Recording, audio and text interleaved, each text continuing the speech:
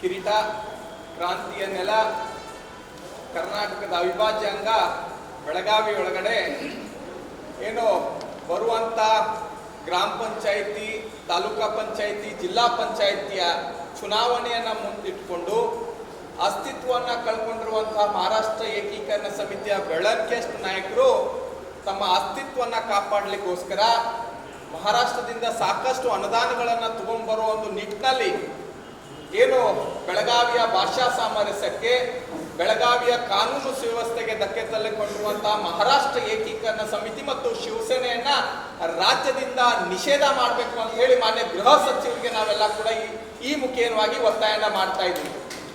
ಯಾಕಂದ್ರೆ ಪದೇ ಪದೇ ಕೂಡ ನಾವು ಬೆಳಗಾವಿ ಶಾಂತಿ, ಯಾಕಂದ್ರೆ ಬೆಳಗಾವಿ ಅಭಿವೃದ್ಧಿಗೋಸ್ಕರ ನಾವೆಲ್ಲ ಕೆಲಸವನ್ನ ಮಾಡ್ತಾ ಇದ್ದೀವಿ. ಸಂದರ್ಭದಲ್ಲಿ ಬೆಳಗಾವಿ ಒಳಗಡೆ ಮರಾಠಿ ಭಾಷಿಕರು ಮತ್ತು ಕನ್ನಡ ಭಾಷಿಕರು ಸಹೋದರತೆಯಿಂದ ಒಂದು ಒಳ್ಳೆ ರೀತಿಯಿಂದ ಬೆಳವಣಿಗೆ ಬರುವಂತಹ ಸಂದರ್ಭದಲ್ಲಿ, ಒಳ್ಳೆ ರೀತಿ ಬಾಂಧವ್ಯದಿಂದ ನಾವೆಲ್ಲ ಬಾಳ್ತಾ ಇರುವಂತಹ ಸಂದರ್ಭದಲ್ಲಿ ಎಲ್ಲೋ ಒಂದ್ ಕಡೆ ಕೂತ್ಕೊಂಡು ಬೆಳಗಾವಿಗೆ ಬೆಂಕಿ ಹಚ್ಚಬೇಕು ಅಂತ ಹೇಳಿ ಈ ಹುನ್ನಾರವನ್ನ ಇಟ್ಕೊಂಡು ಕೇವಲ ಬೆಳ್ಳಂಕೆ ಎಷ್ಟಿರುವಂತಹ ಮಹಾರಾಷ್ಟ್ರ ಏಕೀಕರಣ MES ಮುಖಂಡರುಗಳು ಇಂಥ ಒಂದು ಕೆಲಸವನ್ನ ಮಾಡ್ತಾ ಇದ್ದಾರೆ. ಯಾಕೆ ಸರ್ಕಾರ ಇಂಥವ್ರ ಮೇಲೆ ಕಠಿಣ ಕ್ರಮವನ್ನ ತಗೊಳ್ತಾ ಇಲ್ಲ ಅನ್ನೋದು ನಮಗೆ ಯಕ್ಷ ಪ್ರಶ್ನೆ ಕಾಡ್ತಾ ಇದೆ. ಅದ್ರ ಜೊತೆ ಸ್ಥಳೀಯವಾಗಿ ಜನಪ್ರತಿನಿಧಿಗಳು ಯಾರು ಕೂಡ ಇದ್ರ ಬಗ್ಗೆ ಮಾತಾಡ್ತಾ ಇಲ್ಲ. ಇಂಥ ಒಂದು ನಮ್ಮ ನಾಡೊಳಗೆ ಇಟ್ಕೊಂಡು ನಮ್ಮ ಎಲ್ಲಾ ಸವಲತ್ತುಗಳನ್ನ ಪಡ್ಕೊಂಡು ನಮ್ಮ ರಾಜ್ಯ ಸರ್ಕಾರದ ಎಲ್ಲಾ ಇದನ್ನ ಪಡ್ಕೊಂಡು ಇವರು ಬೇರೆ ರಾಜ್ಯಕ್ಕೆ ಜೈ ಅಂತಾರಂತಂದ್ರೆ ಇದು ಒಂದು ದುರ್ದೈವ, ದುರಂತ. ಅದೇ ಮಹಾರಾಷ್ಟ್ರದೊಳಗೆ ಹಿಂಗಾಗಿತ್ತು ಅಂದ್ರ ಮಹಾರಾಷ್ಟ್ರದ ರಾಜಕಾರಣಿಗಳು ಯಾರು ಕೂಡ ಸುಮ್ಮನೆ ಕೂಡ್ತಿರ್ಲಿಲ್ಲ. ಅವರೆಲ್ಲ ಪಕ್ಷಾತೀತವಾಗಿ ಇಂಥವ್ರ ವಿರುದ್ಧ ಹೋರಾಟ ಮಾಡ್ತಿದ್ರು. ಆದ್ರೆ ನಮ್ಮ ರಾಜಕಾರಣಿಗಳು, ಇಲ್ಲಿಯ ಜನಪ್ರತಿನಿಧಿಗಳು, ನಮ್ಮ ಸರ್ಕಾರಗಳು ಯಾಕೆ ಸುಮ್ಮನೆ ಕೂತಾವ ಅನ್ನುವಂಥದ್ದು ನಮಗೆ ಯಕ್ಷ ಪ್ರಶ್ನೆಯನ್ನ ಕಾಡ್ತಾ ಇದೆ. ಹಾಗಾಗಿ ನಾವು ಇವತ್ತು ಏನು ಮಹಾರಾಷ್ಟ್ರ ಏಕೀಕರಣ ಸಮಿತಿಯವರು ನಾಳೆ ಒಂದು ಮಹಾಮೋರ್ಚಾವನ್ನ ಮಾಡ್ತಾ ಇದ್ದಾರೆ. ಏನಪ್ಪಾ ನಮ್ಮ ಕನ್ನಡ ಕಡ್ಡಾಯ ಹೋರಾಟ ಏನು ಅಂತಂದ್ರೆ, ನಮ್ಮ 60% ಕನ್ನಡದೊಳಗೆ ನಾಮಫಲಕ ಇರಬೇಕು. ಜೊತೆಗೆ ನಂತರ ನೀವು ಯಾವುದೇ ಭಾಷೆಯನ್ನ ಹಾಕಿದ್ರು ಕೂಡ ನಮ್ಮ ಅಭ್ಯಂತರ ಇಲ್ಲ. ನಾವು ಅದಕ್ಕೆ ಆ ಒಂದು ನಿಟ್ಟಿನಲ್ಲಿ ನಾವು ಹೋರಾಟವನ್ನ ಮಾಡ್ತಾ ಇದ್ದೀವಿ. ಆದ್ರೆ ಅವರ ಉದ್ದೇಶ ಏನಂತಂದ್ರೆ, ಅವರು ಜನರ ದಾರಿ ಯಾವ ರೀತಿ ತಪ್ಪಿಸ್ತಾ ಇದ್ದಾರೆ ಅಂದ್ರೆ, ಇದ ಶುಭಂ ಶೇಲ್ಕೆ ಬರೀ ಸಂಪೂರ್ಣವಾಗಿ ಕನ್ನಡ ಇರಬೇಕು, ಮರಾಠಿ ಅಕ್ಷರ, ಇಂಗ್ಲಿಷ್ ಅಕ್ಷರವನ್ನ ಬಳಸಬಾರದು ಅಂತ ಹೇಳಿ ರಾಜ್ಯ ಸರ್ಕಾರ ಆದೇಶ ಹೊರಡಿಸಿದೆ ಅಂತ ಹೇಳಿ ಇಲ್ಲಿ ಮುಕ್ತ ಮರಾಠಿ ಭಾಷಿಕರ ದಾರಿ ತಪ್ಪಿಸುವಂತ ಕೆಲಸವನ್ನ ಮಾಡ್ತಾ ಇದ್ದಾರೆ. ಅಂತವ್ರ ಮೇಲೆ ಜಿಲ್ಲಾಡಳಿತ, ಪೊಲೀಸ್ ಇಲಾಖೆ ಕಟ್ಟುನಿಟ್ಟಿನಾದಂತ ಕ್ರಮ ತಗೊಳ್ಬೇಕು. ಆದ್ರೆ ಈ ಕನ್ನಡ ಕಡ್ಡಾಯ ಏನು ಇದ್ರೊಳಗೆ ನಾಮಫಲಕ ಇದೆ, ಅಲ್ಲಿ 60% ಕನ್ನಡ ಇಟ್ಕೊಂಡು ಬೇರೆ ಭಾಷೆಗೂ ಅಲ್ಲಿ ಅವಕಾಶ ಕೊಟ್ಟು ಆ ರೀತಿ ಬಳಸಬಹುದು ಅಂತ ಇದೆ. ಆದ್ರೆ ಇವರು ದಾರಿ ತಪ್ಪಿಸುವಂತ ಕೆಲಸ, ಈ ಹೋರಾಟವನ್ನ ಬೇರೆ ರೀತಿಯಲ್ಲಿ ಒಯ್ತಾ ಇದ್ದಾರೆ. ಹಾಗಾಗಿ ಸರ್ಕಾರ ಅಂತವ್ರ ಮೇಲೆ ಕಟ್ಟುನಿಟ್ಟಿನವಾದಂತ ಕ್ರಮವನ್ನ ತಗೊಳ್ಬೇಕು, ಸಂಪೂರ್ಣವಾಗಿ ನಿಷೇಧ ಮಾಡಬೇಕು. ಆಮೇಲೆ ಜಿಲ್ಲಾಡಳಿತ, ಪೊಲೀಸ್ ಇಲಾಖೆ ಪ್ರತಿ ಸಲನೂ ಕೂಡ ನಾವು ಅನುಮತಿ ಕೊಟ್ಟಿಲ್ಲ ಅಂತ ಹೇಳ್ತಾರೆ. ನಿನ್ನೆ ಮಾನ್ಯ ಪೊಲೀಸ್ ಆಯುಕ್ತರು ಕೂಡ ಅನುಮತಿಯನ್ನ ಕೊಟ್ಟಿಲ್ಲ ಅಂತ ಆದ್ರೆ ಅವ್ರಿಗೆ ಅವಕಾಶ ಕೊಡ್ತಾರೆ. ಅವಕಾಶ ಯಾಕೆ ಕೊಡ್ತೀರಿ ಅಂತ ನಮ್ಮ ಪ್ರಶ್ನೆ. ಅವಕಾಶವನ್ನ ನೀವು ಅವ್ರಿಗೆ ನಾವು ರ್ಯಾಲಿ ಮಾಡಕ್ ಅವಕಾಶ ಕೊಡುದಿಲ್ಲ, ಆದ್ರೆ ನೇರವಾಗಿ ಜಿಲ್ಲಾಧಿಕಾರಿಗಳ ಕಚೇರಿಗೆ ಬಂದು ಮನವಿ ಕೊಡುವುದಂತ ಹೇಳ್ತಾರೆ. ಆದ್ರೆ ಅಲ್ಲಿ ನೇರವಾಗಿ ಜಿಲ್ಲಾಧಿಕಾರಿಗಳ ಕಚೇರಿಗೆ ಬಂದು ಮನವಿ ಕೊಡುವಂತದ್ದು ಏನಿದೆ, ಅವ್ರು ಮಾಡುವಂತ ಕೆಲಸ ಏನದು, ನಮ್ಮ ರಾಜ್ಯದೊಳಗಡೆ ನಮ್ಮ ಸರ್ಕಾರ ಏನು ಆದೇಶ ಹೊರಡ್ತದೆ ಅದನ್ನ ಆದೇಶವನ್ನ ಪಾಲನೆ ಮಾಡುವಂಥದ್ದು ಎಲ್ಲರ ಕರ್ತವ್ಯ. ಅದನ್ನ ಮಾಡಬೇಕು.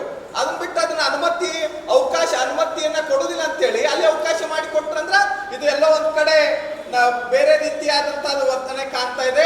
ಹಾಗಾಗಿ ನಾವು ಇಲ್ಲಿಯ ಜನಪ್ರತಿನಿಧಿಗಳಿಗೆ ಮತ್ತು ಇಲ್ಲಿಯ ರಾಜ್ಯ ಸರ್ಕಾರಕ್ಕೆ ಒತ್ತಾಯನ ಮಾಡ್ತಾ ಇದೀವಿ. ಜಿಲ್ಲಾಡಳಿತ ಯಾವುದೇ ಕಾರಣಕ್ಕೂ ಇಂಥವ್ರಿಗೆ ಅವಕಾಶ ಮಾಡಿಕೊಡಬಾರ್ದು. ಒಂದ್ ವೇಳೆ ಅವಕಾಶ ಮಾಡಿಕೊಟ್ಟಿದ್ದೆ ಆದಲ್ಲಿ ನಾವು ಕೂಡ ಕರ್ನಾಟಕ ರಕ್ಷಣಾ ವೇದಿಕೆ ನಾಳೆ ದಿವಸ ನಾವು ಅಲ್ಲಿಂದನೇ ಒಂದು ಕನ್ನಡ ಕಡ್ಡಾಯಕ್ಕಾಗಿ ಸ್ವಾಭಿಮಾನದ ರ್ಯಾಲಿ ಮಾಡುವುದ್ರ ಮುಖೇನವಾಗಿ ಮಹಾರಾಷ್ಟ್ರ ಏಕೀಕರಣ ಪುಂಡರಿಗೆ ತಕ್ಕ ಪಾಠವನ್ನ ಕಲಿಸ್ತೀವಿ. ಜೊತೆಗೆ ಕೆಲವೊಂದು ಪತ್ರಿಕೆಗಳಲ್ಲಿ ಕನ್ನಡಿ ಗುಂಡಾಗಳಂತ ಬರೀತಾರ, ಕನ್ನಡ ಭಾಷೆ ಸಹೋದರ ರೀತಿ ಎಲ್ಲ ಇರ್ತೀವಿ ಅಂತಾರ, ಮತ್ತೊಂದು ರೀತಿಯಾಗಿ ಬೇರೆ ರೀತಿಯಾಗಿ ಅಲ್ಲೇ ಪದವನ್ನ ಬಳಸ್ತಾರ.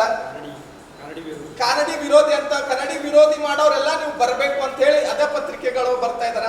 ಇಂಥ ಪತ್ರಿಕೆಗಳಿಗೆ ನಮ್ಮ ಸರ್ಕಾರದವರು ಅನುದಾನವನ್ನ ಕೊಡ್ತಾರ, ಜಾಹೀರಾತುಗಳನ್ನ ಕೊಡ್ತಾರ.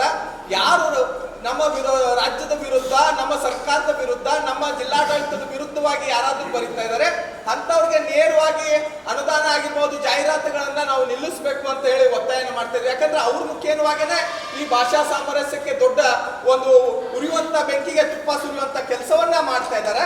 ಹಾಗಾಗಿ ನಾವು ಕೂಡ ಎಲ್ಲ ಒತ್ತಾಯನ ಮಾಡ್ತಾ ಇದ್ವಿ. ಕರಾಳ ದಿನಾಚರಣೆ ಆಗಿರ್ಬೋದು, ನವೆಂಬರ್ 1ನೇ ತಾರೀಕು ಕೂಡ ಇವರು ಕರಾಳ ದಿನಾಚರಣೆಗೆ ಅವಕಾಶ ಕೊಡುವುದಿಲ್ಲ ಅಂತ ಹೇಳಿ ಅವಕಾಶ ಕೊಟ್ಟರು. ಇಲ್ಲಿ ಚಳಿಗಾಲದ ಅಧಿವೇಶನ ನಡೆಸುವಂತ ಸಂದರ್ಭದೊಳಗಡೆ ಮಹಾಮೇಳವನ್ನ ಮಾಡ್ತಾರೆ. ಇಂಥ ಸಾಕಷ್ಟು ನಿನ್ನೆನೂ ಕೂಡ ಮಹಾರಾಷ್ಟ್ರ ಸರ್ಕಾರ ಅವ್ರಿಗೆ ಮಂಗಲಾರತಿ ಮಾಡಿದೆ. ನಾಚಿಕೆ ಆಗ್ಬೇಕು ಮಹಾರಾಷ್ಟ್ರ ಏಕೀಕರಣ ಸಮಿತಿಯವ್ರಿಗೆ, ಶಿವಸೇನೆ ಅವ್ರಿಗೆ. ಮಹಾರಾಷ್ಟ್ರದವ್ರಿಗೆ ಇವ್ರಿಗೆ ಅವಕಾಶ ಮಾಡಿಕೊಡ್ಲಿಲ್ಲ ಅವ್ರಿಗೆ ಮನವಿ ಪತ್ರ ಕೊಡ್ಲಿಕ್ಕೆ. ಇದು ನಿಜವಾಗ್ಲೂ ನಾಚಿಕೆ ಆಗ್ಬೇಕು. ಇನ್ನಾದ್ರೂ ಅರ್ಥ ಮಾಡ್ಕೊಂಡು ಕರ್ನಾಟಕದೊಳಗಡೆ ಕನ್ನಡಿಗರಾಗಿ ಬದುಕಬೇಕು ಅಂತ ಹೇಳಿ ನಾವು ಮುಖ್ಯವಾಗಿ ಅವ್ರಿಗೆ ಎಚ್ಚರಿಕೆಯನ್ನ ಕೊಡ್ತಾ ಇದೀವಿ. ಇನ್ನು ನಿಮ್ಮ ಪುಂಡಾಟಿಕೆಯನ್ನ ನಾವು ಸಹಿಸುವುದಿಲ್ಲ ಯಾವುದೇ ಕಾರಣಕ್ಕೂ. ಪದೇ ಪದೇ ಇಂಥ ರ್ಯಾಲಿಗಳನ್ನ ಮಾಡಿದ್ರೆ ಬೆಳಗಾವಿಯ ಕಾನೂನು ಸುವ್ಯವಸ್ಥೆ ಹದಗೆಡ್ತದ. ಕರ್ನಾಟಕ ರಕ್ಷಣಾ ವೇದಿಕೆ ಕಾರ್ಯಕರ್ತರು ಯಾರು ಕೂಡ ಕೈಗೆ ಬಳೆ ಹಾಕೊಂಡು ಕೂತ್ಕೊಂಡಿಲ್ಲ. ಇಂಥ ಪುಂಡ್ರಿಗೆ, ಇಂಥ ಗುಂಡಾಗಳಿಗೆ ನಾವು ಏನು ಉತ್ತರ ಕೊಡಬೇಕು ಅನ್ನುವಂಥದ್ದು, ಯಾವ ರೀತಿಯಾಗಿ ನಾವು ಪಾಠವನ್ನ ಕಲಿಸ್ಬೇಕು ಅನ್ನುವಂಥದ್ದು ಗೊತ್ತಿದೆ. ಹಾಗಾಗಿ ಸರ್ಕಾರ ಇಂಥದನ್ನೆಲ್ಲ, ಈ ಹೋರಾಟಗಳ ಗಂಭೀರತೆಯನ್ನೇ ಅರ್ಥ ಮಾಡಿಕೊಂಡು ತಕ್ಷಣವೇ ಈ ರಾಜ್ಯದಿಂದ ಎಂಇಎಸ್ ಮತ್ತು ಶಿವಸೇನೆಯನ್ನ ನಿಷೇಧ ಮಾಡಬೇಕು ಅಂತ ಹೇಳಿ ಮಾನ್ಯ ಗೃಹ ಸಚಿವರಲ್ಲಿ, ಮಾನ್ಯ ಮುಖ್ಯಮಂತ್ರಿಗಳಲ್ಲಿ, ಸ್ಥಳೀಯ ಜಿಲ್ಲೆಯ ಜನಪ್ರತಿನಿಧಿಗಳಲ್ಲಿ ನಾವು ಮನವಿ ಮತ್ತು ಒತ್ತಾಯನ ಮಾಡ್ತಾ ಇದ್ದೀವಿ. ತಕ್ಷಣವೇ ಇಂಥವ್ರನ್ನೆಲ್ಲ ಗಡಿಪಾರು ಮಾಡಬೇಕು. ಇಲ್ಲಿಯ ಭಾಷಾ ಸಾಮರಸ್ಯವನ್ನ ಹದಗೆಡಿಸೋದನ್ನ ತಕ್ಷಣವೇ ನಿಲ್ಲಿಸುವಂತ ಕ್ರಮ ಜಿಲ್ಲಾಡಳಿತ ತಗೋಬೇಕು ಅಂತ ಹೇಳಿ ಒತ್ತಾಯನ ಮಾಡ್ತಾ ಇದ್ದೀವಿ.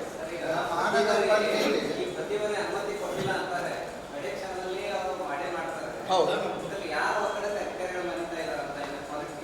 ನಮಗೂ ಕೂಡ ಅದೇ ಅನುಮಾನ ಕಾಡ್ತಾ ಇದೆ. ಎಲ್ಲೋ ಒಂದ್ ಕಡೆ ಕಾನೂದ ಕೈಗಳು ಎಲ್ಲಾದ್ರೂ ಕೆಲಸ ಮಾಡ್ತಾವ ಇದಾವ ಏನಂತದ್ದು ನಮ್ಗೆ ಅನುಮಾನ ಆಗ್ತಾ ಇದೆ. ಪ್ರತಿ ಸಲನೂ ಕೂಡ ಅನುಮತಿ ಇಲ್ಲ ಅಂತಾರೆ, ಆದ್ರೂ ಕೂಡ ಅವ್ರು ಅಲ್ಲಿ ಬಂದು ಪ್ರತಿಭಟನೆ ಮಾಡ್ತಾರೆ, ಬಂದು ಕರಾಳ ದಿನಾಚರಣೆ ಮಾಡ್ತಾರೆ.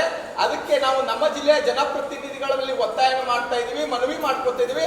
ಇಂಥವ್ರ ಮೇಲೆ ಕಠಿಣ ಕ್ರಮವನ್ನ ನೀವು ಒಂದು ಸರಿ ಮಾಡಿದ್ರಿ ಅಂತಂದ್ರೆ ಮುಂದಿನ ದಿನಮಾನಗಳಲ್ಲಿ ಇವ್ರು ಯಾರು ಕೂಡ ಇಂಥದಕ್ಕೆ ಅವಕಾಶ ಮಾಡಿಕೊಡಂಗಿಲ್ಲ. ಅದಕ್ಕೆ ಒಂದು ಸಾರಿ ನೀವೆಲ್ಲರೂ ಕೂಡ ಪಕ್ಷಾತೀತವಾಗಿ ಒಂದಾಗಿ ನೀವು ಯಾವುದೋ ಒಂದು ಬೇರೆ ಒಂದು ಮತ ಬ್ಯಾಂಕ್ಗೋಸ್ಕರ, ಬೇರೆ ಭಾಷಿಕರನ್ನ ಓಲೈಕೆಗೋಸ್ಕರ ನೀವು ದಯವಿಟ್ಟು ನೀವು ಹಿಂದೆ ಸರಿಬೇಡ್ರಿ. ಇಡೀ ಕನ್ನಡಿಗರು ಮತ್ತು ಮರಾಠಿ ಭಾಷಿಕರು ನಿಮ್ಮ ಜೊತೆ ಇದೀವಿ. ಇಲ್ಲಿ ಏನೋ ಭಯೋತ್ಪಾದಕರ ತರ ವರ್ತನೆ ಮಾಡ್ತಾ ಇರುವಂತ ಎಂಇಎಸ್ ಅವ್ರನ್ನ ಕಟ್ಟುನಿಟ್ಟಿನವಾದಂತ ಕ್ರಮ ತಗೊಳ್ಬೇಕು. ಯಾವುದೇ ಕಾರಣಕ್ಕೂ ಹಿಂದೆ ಸರಿಬಾರ್ದು ಅಂತ ಒತ್ತಾಯ ಮಾಡ್ತೀವಿ.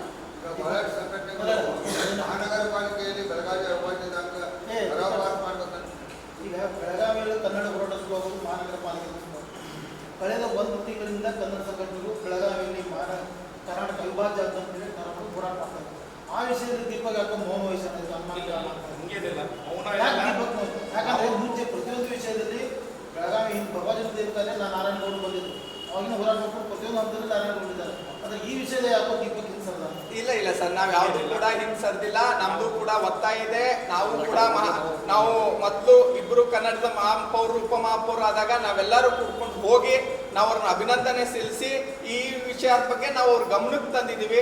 ಅವ್ರು ನಮಗೆ ಅವಾಗ ಏನಂದಿದ್ರು, ನಮಗೊಂದು ಸ್ವಲ್ಪ ಸಮಯಾವಕಾಶವನ್ನ ಕೊಡ್ರಿ, ನಾವು ಅವಧಿ ಒಳಗಡೆ ನಾವಿದನ್ನ ಯಾವುದೇ ಕಾರಣಕ್ಕೂ ಟರಾವ್ ಮಂಡಿಸ್ತೀವಿ ಅಂತ ಹೇಳಿ ನಮಗೆ ಮಾತನ್ನು ಕೊಟ್ಟಿದ್ದಾರೆ. ಕೆಲವೊಂದು ಸಂಘಟನೆಗಳು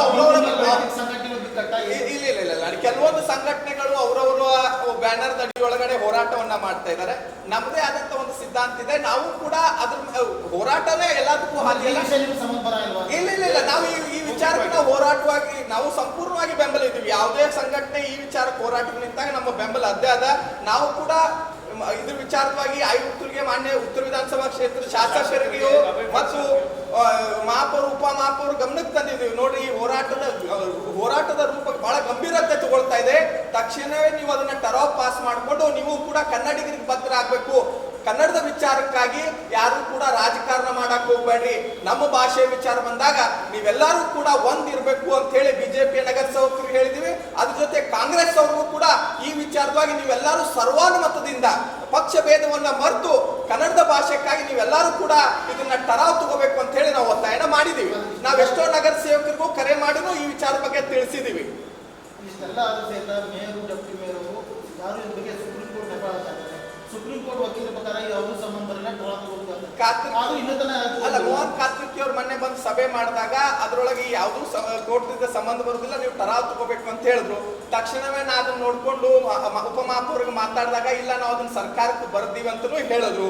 ಸರ್ಕಾರಕ್ಕೆ ಬರುದು ಬಿಡುದು ಬೇಡ, ನೀವು ಇದನ್ನ ತಕ್ಷಣವೇ ಒಂದು ಪಾಲಿಕೆ ಸಭೆ ಕರೆದು ಠರಾವ್ ಮಂಡಿಸ್ರಿ ಅಂತಲೂ ನಾವು ಒತ್ತಾಯ ಮಾಡಿದ್ದೀವಿ. ಮುಂದಿನ ದಿನಗಳಲ್ಲಿ ಅವ್ರು ಏನಾದ್ರೂ ಠರಾವ್ ತಗೊಳ್ಳಿಲ್ಲ ಅಂದ್ರೆ ಕರ್ನಾಟಕ ರಕ್ಷಣಾ ವೇದಿಕೆ ಈ ವಿಚಾರವಾಗಿ ಹೋರಾಟವನ್ನ ಮಾಡ್ತದ. ಹೋರಾಟ ಬಹಳ ದೊಡ್ಡ ಮಟ್ಟಕ್ಕೆ ಕುತ್ಕೊಂಡು ಹೋಗ್ತೀವಿ. ಎಲ್ಲಿಂದ ಸ್ಟಾರ್ಟ್ ಆಗಿದೆ? ನಾವು ಅವರು ಏನಾದ್ರೂ ಬೋಗಾರಸ್ ಧರ್ಮವೀರ ಸಂಭಾಜಿ ಚೌಕದಿಂದ ಮಾಡ್ತೀನಿ ಅಂತ ಹೇಳಿದಾರೆ, ನಾವು ಕೂಡ ಅಲ್ಲಿಂದನೇ ಮೆರವಣಿಗೆ ಪ್ರಾರಂಭ ಮಾಡ್ತೀವಿ. ಫೈನಲ್ ಆಗಿದೆ ಅಥವಾ ಅವ್ರು ಮಾಡಿದಷ್ಟು ಮಾಡ್ತಾರೆ? ಇಲ್ಲ, ನಾವು ಅಲ್ಲಿಂದನೇ ಮಾಡ್ಬೇಕಂತ ಹೇಳಿ ತೀರ್ಮಾನವನ್ನ ಮಾಡಿದ್ದೀವಿ. ಅಲ್ಲಿಂದನೇ ನಾವು ಬೆಳಗ್ಗೆ ಅಲ್ಲಿ ಪ್ರಾರಂಭ ಮಾಡಿ ಜಿಲ್ಲಾಧಿಕಾರಿಗಳಿಗೆ ಬಂದು ಜಿಲ್ಲಾಧಿಕಾರಿಗಳ ಮುಖಾಂತರ ಮಾನ್ಯ ಗೃಹ ಸಚಿವರಿಗೆ ಮನವಿ ಕೊಟ್ಟು ಇವರು ಈ ಎರಡು ಸಂಘಟನೆಗಳನ್ನ ನಿಷೇಧ ಹೇರಬೇಕು. ಯಾಕಂದ್ರೆ ಮುಂದಿನ ಚುನಾವಣೆ ಇಟ್ಕೊಂಡು ಇವರು ಒಂದು ಡೊಂಬರಾಟ ನಾಟಕವನ್ನ ಶುರು ಮಾಡಿದಾರ, ಇದಕ್ಕೆ ಕಡಿವಾಣ ಹಾಕಬೇಕು ಅಂತ ಹೇಳಿ ನಾವು ಒತ್ತಾಯನ ಮಾಡ್ತೀವಿ.